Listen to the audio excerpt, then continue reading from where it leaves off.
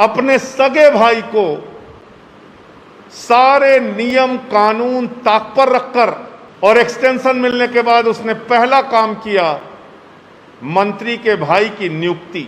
ये ईडब्ल्यूएस सवर्णों के लिए जो कोटा था वो गरीब सवर्णों के लिए कोटा था, लेकिन उसका फायदा कौन ले रहा है? शिक्षा मंत्री। 1621 जो शिक्षकों की मृत्यु चुनाव ड्यूटी में हुई है उसकी सही सूची सरकार तुरंत बनवाए। उत्तर प्रदेश में आज एक ऐसे विषय पर बात करने के लिए ये पत्रकार वार्ता बुलाई गई है जिसका ताल्लुक हर नौजवान की जिंदगी और भविष्य से जुड़ा हुआ है। आज उत्तर प्रदेश में बीटीसी के शिक्षक नौकरी के लिए मांग करें उनको लाठियों से पीटा जाता है। ग्राम विकास अधिकारी की नियुक्ति के लिए मांग करें उनको लाठियों से पीटा जाता है। शिक्षा मित्र अपनी नौकरी को पक्का करने के लिए मांग करें उनको लाठियों से पीटा जाता है। और आदित्यनाथ जी की सरकार कहती है हमारे पास नौकरी नहीं है, नौकरी नहीं है। नौकरी है किसके लिए? किसको यह नौकरी मिल रही है? और इस पर आज एक बड़ा खुलासा सामने आया है कि प्रदेश के शिक्षा मंत्री आदरणीय सतीश द्विवेदी जी, जिन्होंने 1621 शिक्षकों की मौत पर एक गैर जिम्मेदाराना बयान देते हुए कहा कि चुनाव में 1621 शिक्षकों की मौत नहीं हुई, विपक्ष के लोग साजिश कर रहे हैं।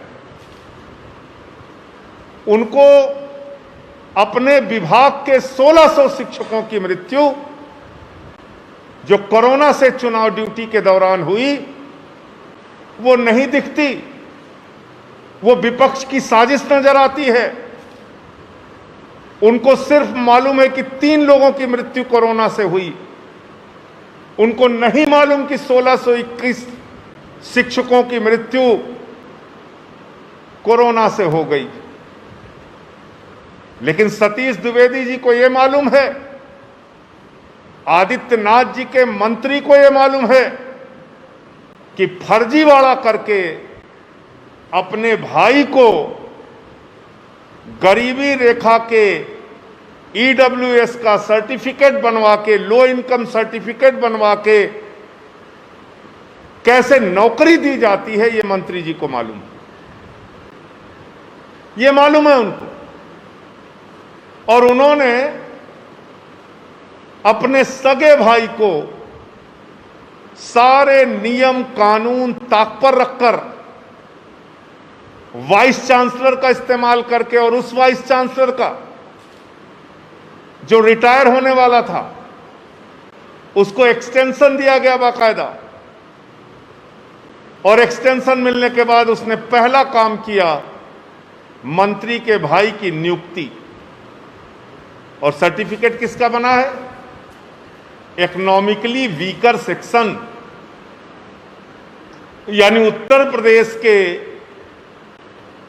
शिक्षा मंत्री का भाई जो पहले से नौकरी में है वो इकोनॉमिकली वीकर सेक्शन में आता है। आर्थिक रूप से कमजोर व्यक्ति वो माना जाता है, उसका सर्टिफिकेट भी बन जाता है। मुझे आप जरा बताइए, ये ईडब्ल्यूएस सवर्णों के लिए जो कोटा था वो गरीब सवर्णों के लिए कोटा था, लेकिन उसका फायदा कौन ले रहा है? शिक्षा मंत्री, शिक्षा मंत्री का भाई, शिक्षा मंत्री का परिवार।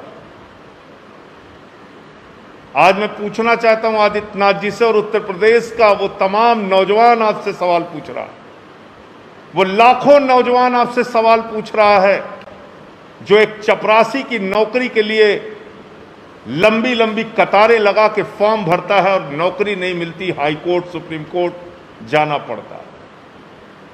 वो लाखों शिक्षा मित्र आपसे सवाल पूछ रहे हैं जिनको नौकरी के बजाय लाठियां मिलती हैं और उनको हाई कोर्ट सुप्रीम कोर्ट के चक्कर लगाने पड़ते हैं। वो ग्राम विकास अधिकारी जिनको नियुक्ति पत्र मिल गया था, वो नौजवान सवाल पूछते हैं कि हम लखनऊ में आते हैं, हमें तो लाठियों से पीटते हो आदित्यनाथ जी, हमें तो मां बहन की भद्दी भद्दी गालियां दिलवाते हो, लेकिन मंत्री के भाई को नियम ताक सब कानून पे रख के, नियम कानून सब ताक पे रख के आपने कैसे ये नौकरी दिलवा दी।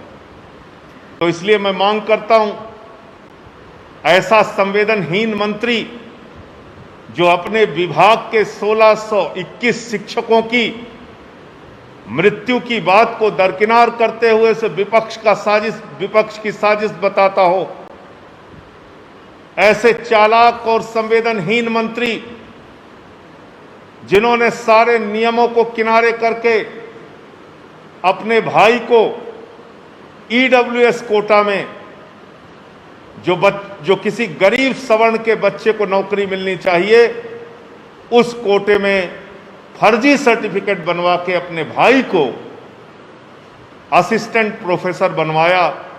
ऐसे शिक्षा मंत्री को तत्काल अपने पद से इस्तीफा दे देना चाहिए। और आदित्यनाथ जी में अगर जरा सी भी नैतिकता है तो उत्तर प्रदेश का लाखों नौजवान आपसे कह रहा है, ये उन लाखों नौजवान का अपमान है, ये उनकी बेरोजगारी का अपमान है। वो आपसे सवाल कर रहे हैं कि ऐसे मंत्री को अपने मंत्रिमंडल से आप बर्खास्त करके बाहर कीजिए, वरना आपकी बातें सिर्फ इस प्रदेश के नौजवानों के लिए एक छलावा मात्र साबित होंगे। आपके बड़े बड़े दावे छलावे साबित हो रहे हैं। आपके पास उत्तर प्रदेश के लाखों नौजवानों के लिए नौकरी नहीं है। आपके पास आदित्यनाथ जी अगर नौकरी है तो अपने मंत्री के भाई के लिए नौकरी है, उनके रिश्तेदारों के लिए नौकरी है, अपने करीबी लोगों के लिए नौकरी है, लेकिन प्रदेश के नौजवानों के लिए नौकरी नहीं है।